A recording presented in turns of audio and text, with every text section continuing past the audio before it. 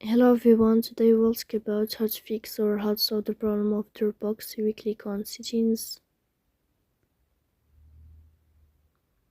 In this page, you will enter to apps, default apps, app settings. On above, you will search about Dropbox. Sorry, not here.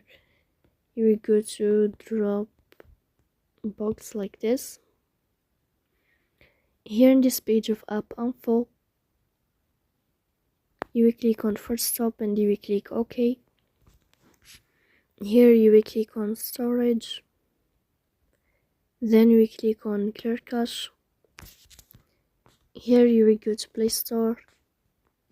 You will search about the application of Dropbox.